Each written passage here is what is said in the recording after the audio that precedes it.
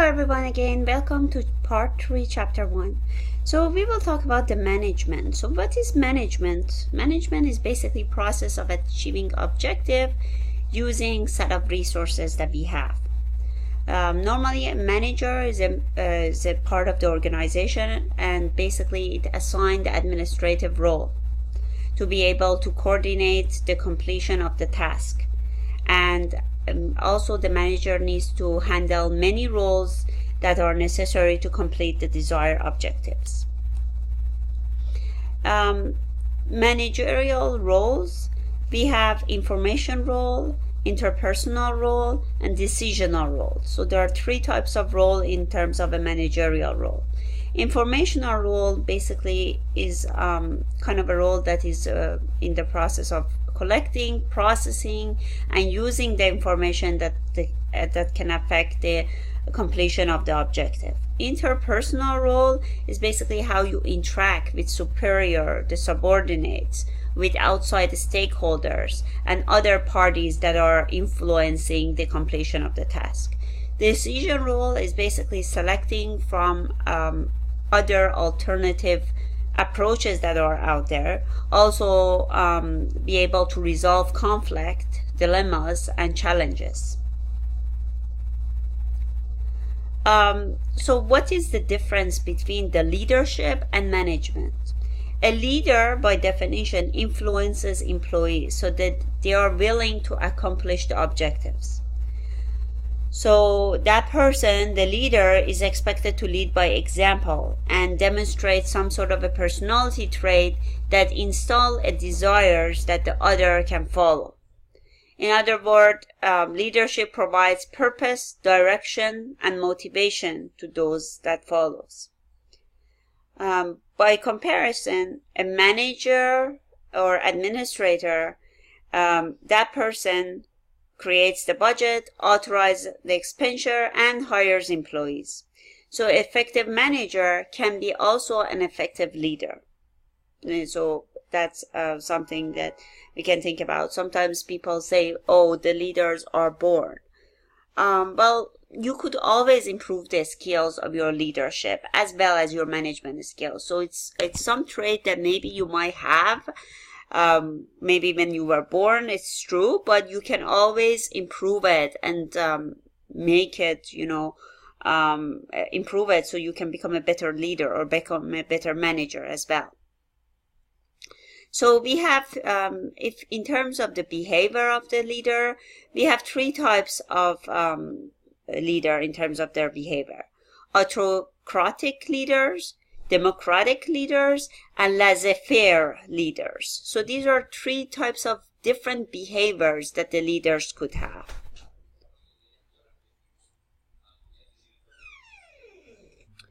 So in autocratic leadership, the leader normally says, okay, let's do this because I say so. In democratic leadership, the leader says, let's all decide what to do. And in laissez-faire, the leader let the people do whatever they want. Now let's look at 2 types of management theories. The traditional management theory, which uses the core principle of planning, organizing, staffing, directing, and controlling.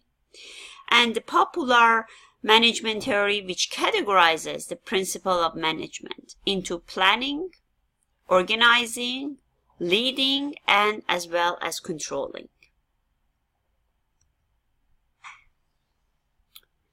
So this is basically the planning phase, which deals with goals, objectives, strategies, plan, and then organizing, which deals with the structure, with the human resources, and then leading, which deals with motivating individuals, communication, the group behavior, and controlling, dealing with the measurements and standards and actions. So let's look at these phases. The planning phase, which is the process of developing, creating, and implementing some strategy to accomplish those objectives. We have different types of planning. strategic planning, tactical planning, and as well as operational planning. Basically, in simple terms, their strategic planning deals with the long-term goals. So the long-term plans, and it basically forms at the high level for the company as a whole.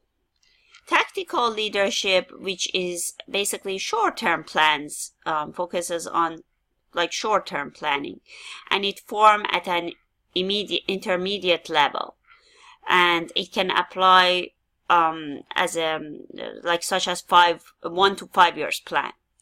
And operational planning is basically, it's the day-to-day planning, which is a form at the low level, and basically it applies to the local resources, and it's for the present or the short term.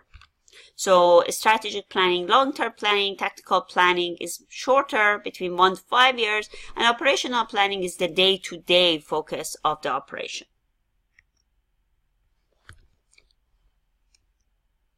Now let's look at the governance. Governance is basically a set of responsibilities and practices that are exercised by the board and executive management with the goal of providing a strategic direction, making sure that those objectives are being achieved and that they can manage the risk appropriately, and also making sure that the enterprise has enough resources and responsibility. Governance emphasizes on escalating the importance of information security to the uppermost level of the organization, which is maybe the CIO and the CEO of the organization, and providing it with appropriate level of management. Now let's look at some of the steps into problem solving. The first step is to recognize and define the problems. Second step is to gather the facts and make appropriate assumptions. Third step is basically to develop possible solution. Fourth step is to analyze and compare the solution. And fifth step is to select the appropriate solution and basically evaluate that solution. The next thing that we are going to talk about, the principles of information security management, which are 6 P's. We talk about planning, policy, programs, protection, people, and project management. Let's look at each of them in details. Planning is basically a part of information security management that's the extension of the basic planning model that we have discussed earlier. In the planning phase, we have activities that are necessary to support the design, creation, and implementation of the security strategies.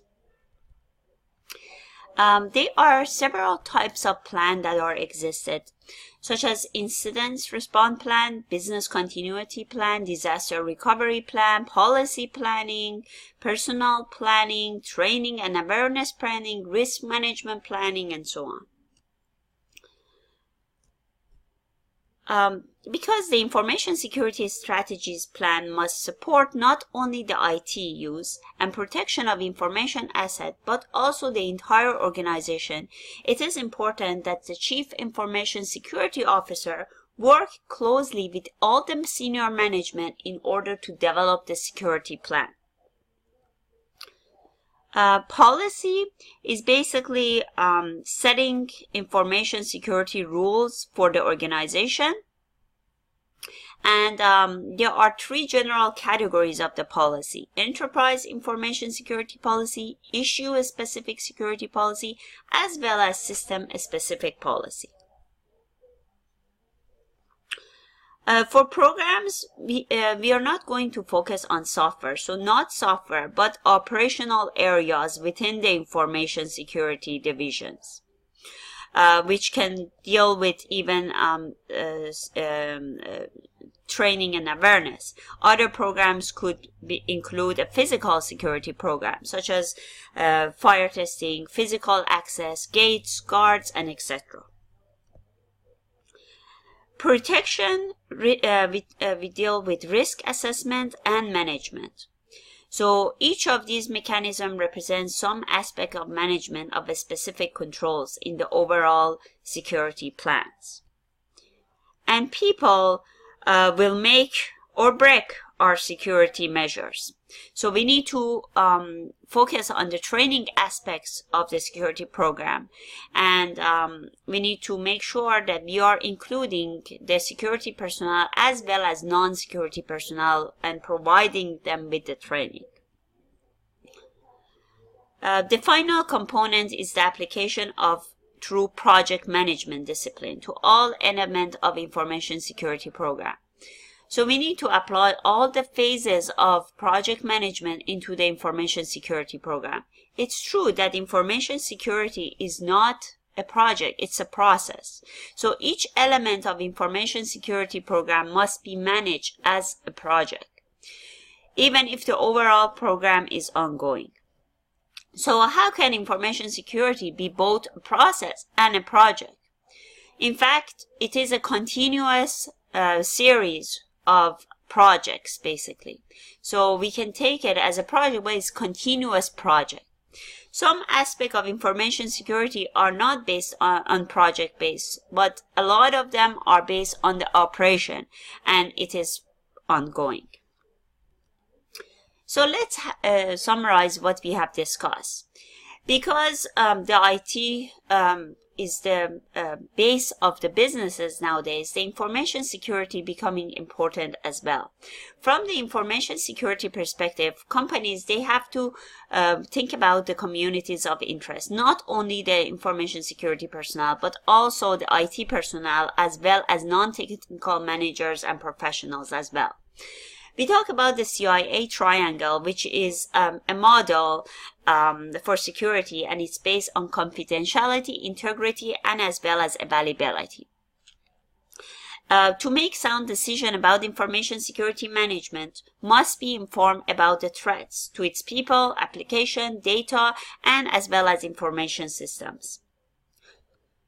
We talked about the threats and attacks. Basically, we talked about 12 categories that the threat could fall into: compromise to intellectual property, espionage, force of nature, human error, software attacks, technical hardware failure, and technical software failures, and so on. Also, we talked about what is an attack, which is a deliberate act that take advantage of vulnerabilities to compromise a control system. And we talked about vulnerability, which is an identified weakness in a control system where controls are not present or they are no longer effective. We also talked about poor software development practices, which can increase the risk. And we talked about how we can develop the best practices, change control, and quality assurance into the process, which can actually minimize those risks. We also talked about the management, which is important, that needs to be involved in the whole entire process. We also talked about the distinction between leaders and managers, and that the leader influence employees so they are willing to accomplish an objective, versus as managers they create budgets, authorize expenditure, and hire employees.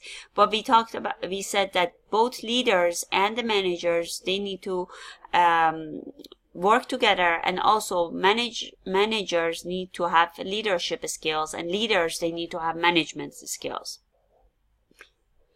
We also talked about the traditional approach to the management theory, which deals with organizing, with planning, organizing, staffing, directing, and controlling.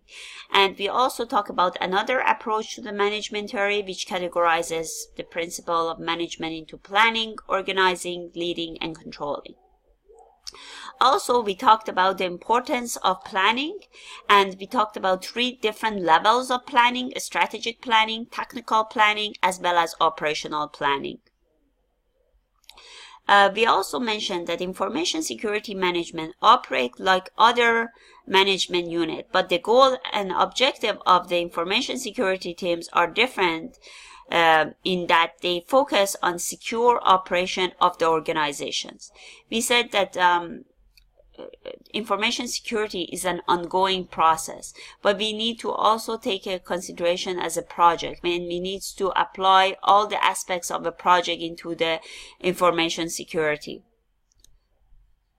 And that's about it for this chapter.